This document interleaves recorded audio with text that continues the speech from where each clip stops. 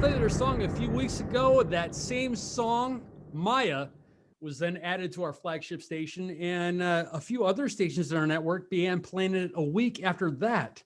And now we and a bunch of you that listen to us have fallen in love with their self-described gypsy metal. And I'm talking I'm talking about Vajra, and joined by Annamaria and Dave. Thank you so much for being here on Real Rock Nights, guys. I really appreciate it. Thanks for having us. Getting the thumbs up from Dave. I love it. Okay, your album, Urkala, Yeah. out in January. Now, have you guys settled on a date, or are you just sticking with January 2021 as it sits right now? I think it's Jan 15. I think it's pretty sure it's Jan 15. The 15th? Okay. Yeah. All right. What now? I actually asked you the pronunciation. I clarified the pronunciation of Vajra because I've heard it like two different ways. Okay, I learned it one way in school, and then somebody actually said the name to me, Vajra, the other day, and I was like, okay, well, that's really lazy. And then we sparred for like 15-20 minutes on actually how to actually correctly say the name. Now, can you tell me what is the theory behind Vajra? Share with us. I was living in India for some time. I was living for several years, and I learned a lot about Hindu customs and culture. I also traveled through to Tibet and learned about some Buddhist stuff through my time, related to my travels, but also just related to my own spirituality. And when I was coming up with band names, I had, a whole sheet with so many different names. It was pretty insane. But what kept coming to me was this concept, and it was related to a dream I had had. And it was basically a self-actualization dream. And this project is about connecting to spirit, trying to remain as clear as I can to receive whatever translations there are and to manifest them in the world. So Vajra, it had to be Vajra. So Vajra, for those of you that are unfamiliar with the term, it's Tibetan Buddhist, and it's Hindi for the thunderbolt or the diamond. It's that which breaks through everything. So it's basically a concept or a symbol for the ultimate truth of the universe, which we can never fully understand because we're like 3-year-olds to we're ants, we're idiots, right? To the whole understanding of what's happening, but it's just a symbol of this greater spirit that binds all things. So Vajra it is. And also we've heard many different ways of people saying the word. It's crazy. Really? Okay, share with us what's the strangest one. What made you just go, what are you talking about? I'll be honest with you, it's my ex-roommate who he never remembers the name of the band. It's always like Vajra or Vajra. And I'm like, dude, I lived with you 2 years. It's all over the place, but it's okay. And and we always play with people. We're like, thanks for spreading the vag. So some people are like, hey, Vajra, and I'm like, yeah, what's up? So that's what I actually said that to a friend of mine the other day, because after I talked to this one record rep that I worked with, and he said Vajra, I was like, hey, wait a minute, okay, they like retweet different times and say thanks for spreading the vag.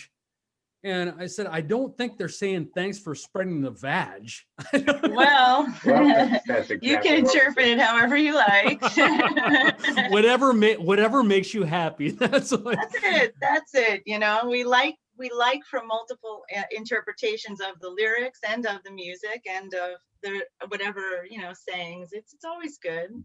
That's just an artistic perspective, and we all have very different perspectives in life and experiences. So whatever you want to attach, it's cool. As long as it's something not like an asshole thing.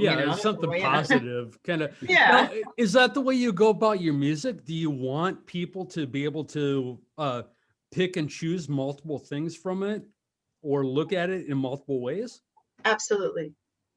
Absolutely. Always. You're like, absolutely, yes.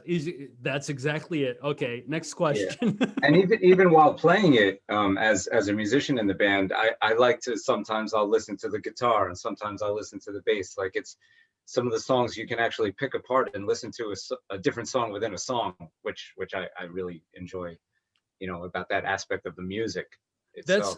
I have noticed in listening to some of your stuff, even on what was your last album, The Mirror, I believe? Yeah, the single, The And Mirror, yeah. so listening to some of the stuff, oh yes, I'm sorry, not album, single.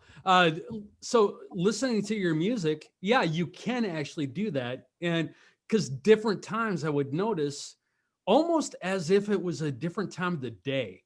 In a certain time of the day, I would hear it one way, and in another time of the day, I would hear it another way. Do you hear that often from people? When before all this craziness happened, you could actually get out and meet people, and that, did you have people come up to you and say things like that? I think people definitely attach different meanings to things, but I think they do that with most things and most pieces of music, if they're being honest. I think we all come to this, we're all in this world with different experiences that we have, different chemical structures that make up who we are, different knowledge bases of, what is happening.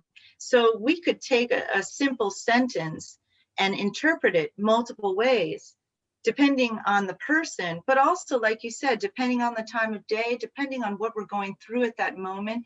There are books, I have some bookshelves over here. There are books that I'll pick up that I've read 3 times already. I'll pick it up and reread it and attach another meaning to the, words. So it's just where we are in life. And that's the beauty of everything. That's the beauty of this whole thing that we're living. And the differences that we have are how we all learn and grow, I'd say. It's the one experiencing itself through the many facets of each individual being at that moment in time. The possibilities are endless, and it's awesome. It's awesome. I love your line of thinking. I really do. That is awesome. And people don't know you are a very, very, very smart woman. How many when I was on the Vajra, I did it, the Vajra website, and then I went to your Facebook. I actually clicked on your personal page. I wasn't stalking. I wasn't being creepy or anything like that. No, it's all good. It's all good. But how long did you study, and how many degrees do you have? I studied for a while, but I actually graduated a year early from high school and graduated a year early from college. So I had some time to play with. But I have a degree in a BA in political science and a law degree as well. And I've also taken some studies at other schools. I've gone to acting school. I've gone to Juilliard for some music, but I never matriculated a degree. I just took some classes. Okay. Right. Juilliard, I was there for a year. Acting, I did different stints at different places for several months, some in India, some here in the States. Different programs, acting programs. And then I studied also in Italy as well, but that was for like a summer semester in between while I was in law school. So you don't get a degree. That was just to take some time off from the American schools. Listen, it was amazing. The wine the wine, living in Italy, the food, I got, I shouldn't tell you, but I was drunk for a good portion of it, but I managed to get some A's, so that was cool. Doesn't make you a bad person at all. No, Italy, what are you gonna do? It was fabulous. It was truly fabulous. And my parents, I come from a lineage of teachers. My parents are both teachers.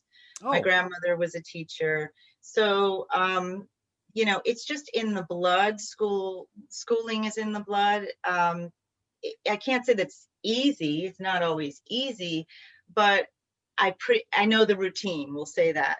You know, there are some routines to certain things.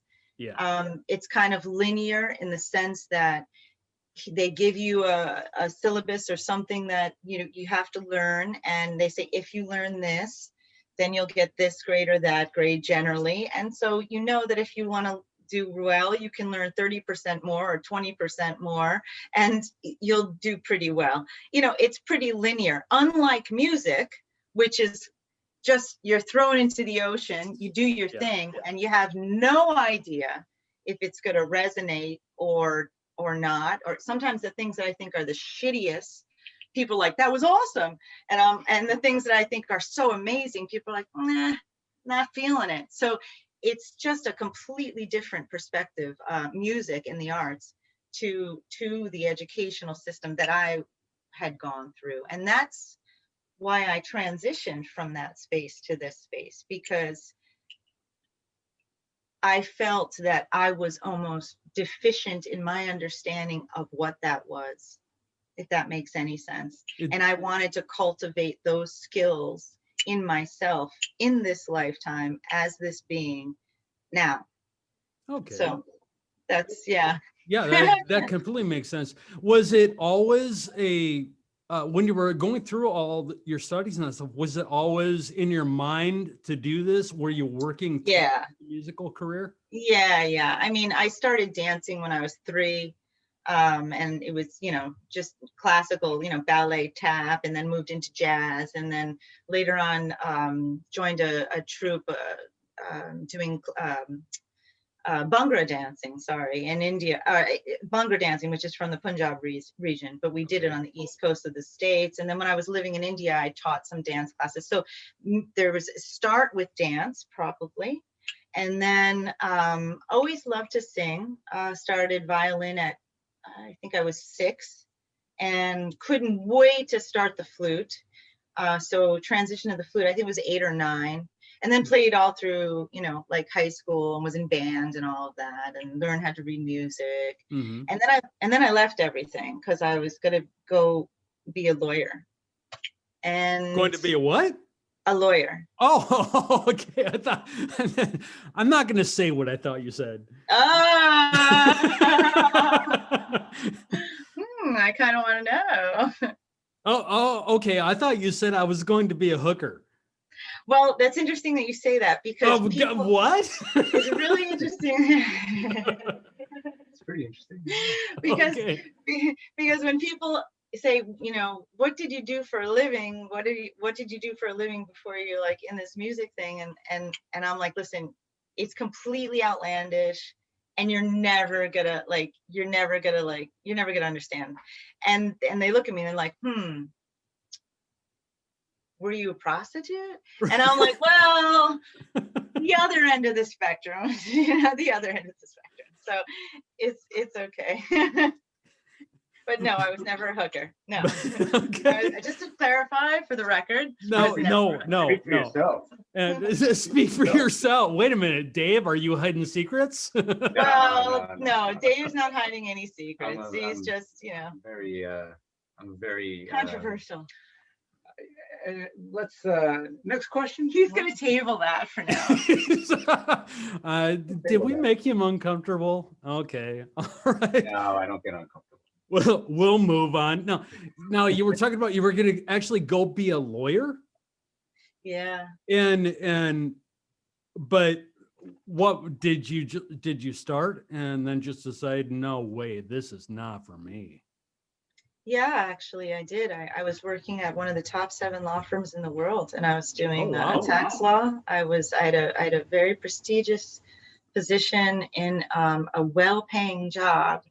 And I felt that I was rotting inside. It was a great place. It was a great firm. The people were wonderful. I'm still good. Some of my best friends are still from that place. I had many opportunities that were so beautiful. But it wasn't resonating. I felt, like I said earlier, that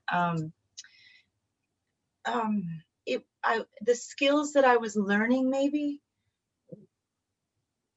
I felt that there were other aspects of my personality and of my being that I wasn't developing, that I really wanted to develop. And when I looked in the mirror, I also noticed that I was being resentful of some of my friends who are in the arts. And when you look at yourself in the mirror and you start to feel that and you say, what's your problem here? And I whittled it down to the fact that that's what I really wanted to do. And so I said, well, you have a choice to my, and I saw, well, let me backtrack. I saw myself on my deathbed and I said, is this the kind of thing that you will regret not having experienced in your life? Or is it something that you just think you want to do? And I answered, no, I'm going to regret this if I don't do it. See, personally, I'm sorry. No, it's okay. So then at that point, I said, you have a choice. You're going to either make the choice to leave and do your art, or you're going to make the choice to stay and do the lawyer stuff. Either choice is fine, but you're going to make the choice. You can't continue to not make the choice because now you know this is an issue. And I made the choice and I left. And that's when I went and moved to India and started writing the first album. Okay. Sometimes what I was going to say is sometimes I think I've met a lot of people that have done what others expect of them. Yeah. And they really haven't done what they've wanted. They haven't fulfilled what they needed for themselves. And they actually end up very lonely, very bitter people. That's right. And I think it's amazing that you're just going and following what you want to do, following what makes you happy, realizing that, hey, I'm starting a career that's making me feel dead inside. I'm not fulfilled. And props to you. Kudos. Thanks. Really. Yeah.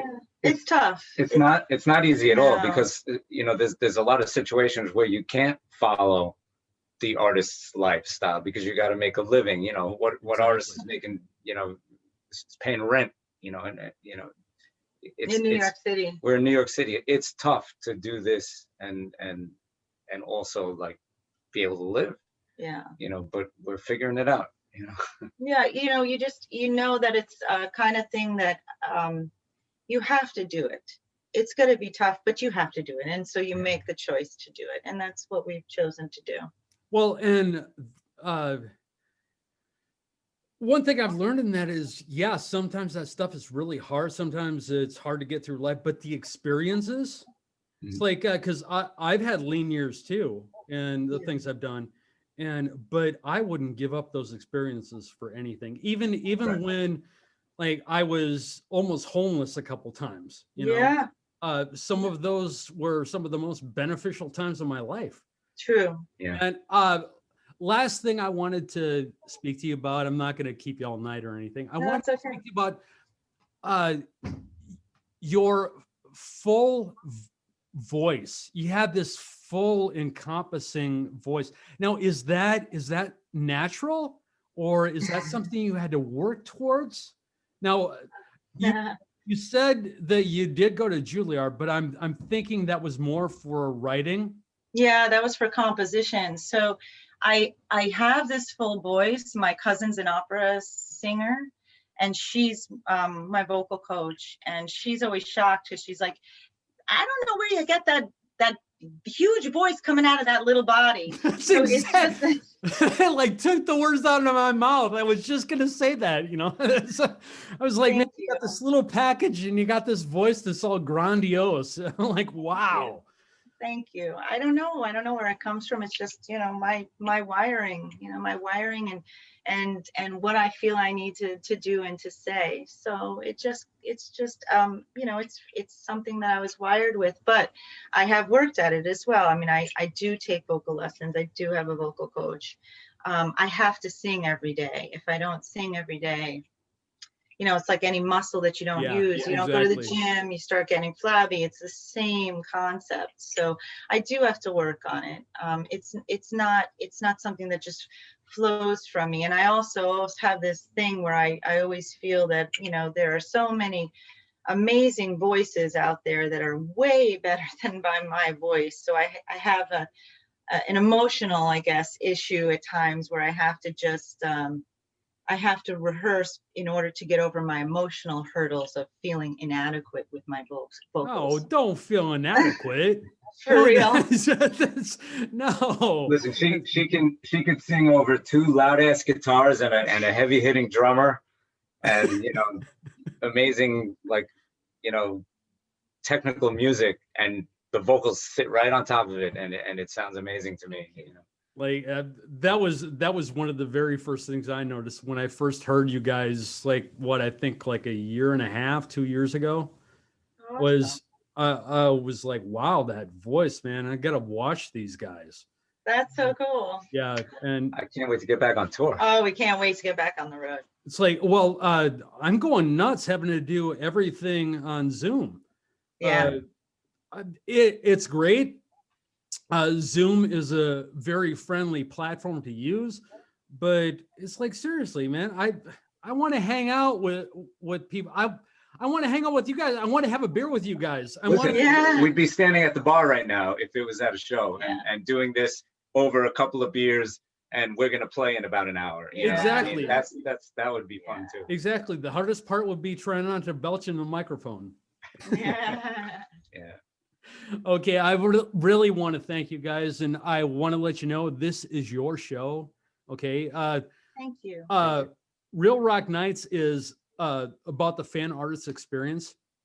So you have anything you want to promote, anything you want to get out there, and like I've told countless people now, it's like, I don't care if it's something as stupid as a 2-minute cell phone video of you saying hi to your fans or something.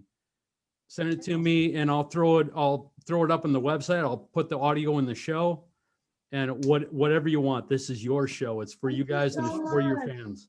Thank you so much. Well, I don't think people know like how hard bands have to work today. Oh, yeah. That's why I started the show. That's why I started my station back in 2006, because I was in terrestrial radio back then. Yeah. And I kept seeing bands get taken advantage of one after the other at different stations I worked at. So I was like, the hell with this. I'm just going to go like try to do my own thing and treat these people like people. Thank you. So We really appreciate that. I appreciate it, guys. And you guess what? It's time to hear Maya. Yes. That's awesome. That's awesome. Okay, here you go. This is Vajra. They're right here, right now on Real Rock Nights.